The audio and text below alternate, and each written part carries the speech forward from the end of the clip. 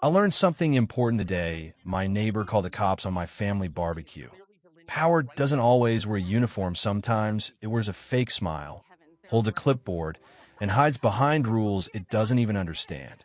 Because there I was, standing in my backyard at 3 in the afternoon on a perfectly legal Saturday, flipping burgers, my twins shrieking with laughter in the kiddie pool, music low enough you could barely hear it past the fence, and Karen, sorry, Delilah, stood right on my property line, arms crossed, staring at my Puerto Rican wife like she was a stain on the neighborhood. "This is a family community," she hissed, eyes flicking to my kids, then back to Elena. "Not some carnival." 30 minutes later, sirens. You know that sound, that rising wail that turns your stomach even when you've done nothing wrong. 2 patrol cars rolled up, lights flashing, painting our house red and blue like a crime scene. My kids froze mid-splash. Elena's smile collapsed. Neighbors peeked out from porches like it was free entertainment. The officers were embarrassed. I could tell. Noise complaint. Excessive disturbance. Translation? Kids laughing. Music you could barely hear. A barbecue. I show my badge quietly. Their shoulders dropped. They apologized. They left. But Delilah stood in her doorway, smirking like she'd just won something. And that's when I knew this wasn't about noise. It wasn't about rules. And it sure as hell wasn't about community. Let me back up a second. I am Roman. 15 years federal law enforcement. My wife Elena is a pediatric nurse. Night shifts, saving kids' lives, sunshine in human form. Our twins just turned 8. We moved to Clearwater Heights for one reason: normal. Quiet. Bikes in driveways. Neighbors waving. Fresh asphalt and new beginnings. Delilah Hutchinson shattered that illusion. HOA board member. Perfect lawn. Cameras pointed at everyone else's house. Rules treated like scripture. Her husband Bryce, quiet guy, government job, always rushing out the door, eyes glued to his phone. The Monday after the barbecue, a certified letter showed up. Violation notice. Grass too tall. Kids' equipment improperly stored. Noise complaints.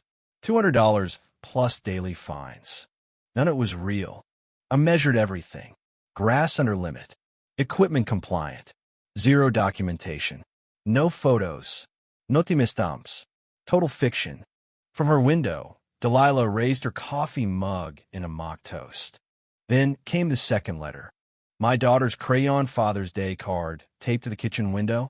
Unauthorized decoration. Scooters folded by the garage. Improper vehicle storage. Elena's Puerto Rican flag beside our American one. Inappropriate cultural symbol. That's when the truth snapped into focus. This wasn't enforcement. It was targeting. I'd seen this pattern before. Selective enforcement. Intimidation dressed up as procedure. So I did what I've always done. I documented everything. Then I went to the HOA meeting. Fluorescent lights, buzzing. Burnt coffee. Folding chairs full of people afraid to breathe wrong. Delilah sat at the head table like a budget dictator. She smiled when she saw me. "Oh, good," she said, dripping fake sweetness. "Our problem homeowner is here." I stood up calmly. "Actually, I'm here to discuss procedural violations in HOA enforcement." Her smile cracked.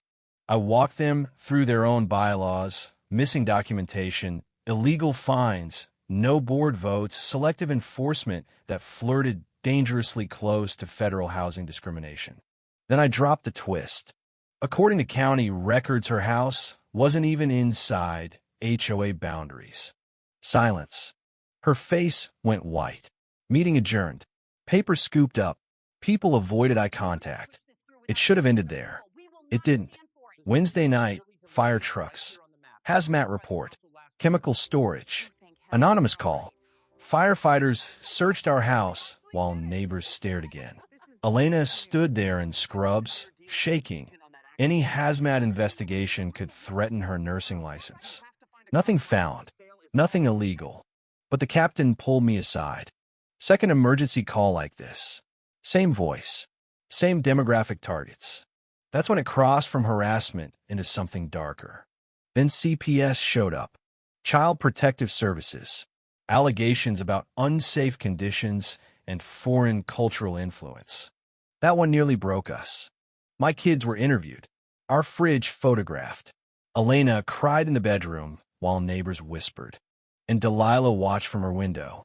That night, something clicked. Patterns, timelines, calls lining up with Bryce's work schedule, database access, federal systems. I checked.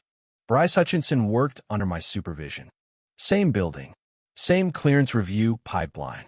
And his wife was committing federal crimes loudly, repeatedly on camera.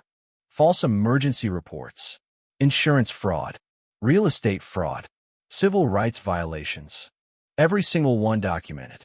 I didn't need revenge. I needed patience.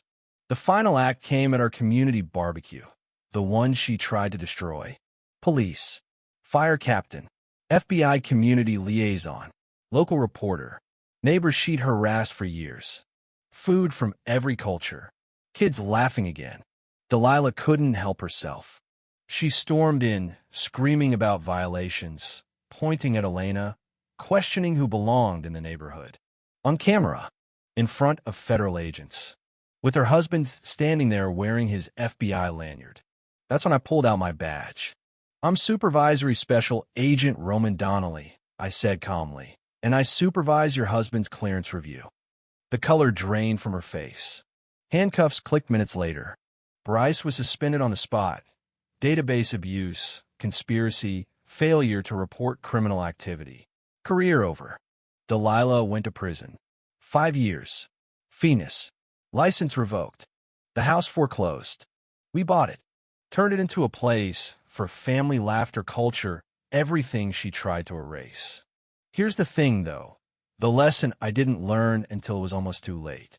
Power doesn't come from yelling. It doesn't come from rules. And it definitely doesn't come from fear.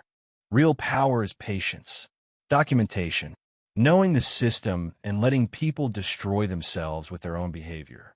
Most of us aren't federal agents, but all of us can document. All of us can stand together. And none of us have to tolerate small tyrants hiding behind fake authority. So I'll leave you with this. When does enforcing rules cross the line into abuse? And how far would you go to protect your family before you push back? Drop your story in the comments. HOA nightmares, workplace abuse, any moment you saw power misused. Because trust me, you're not alone.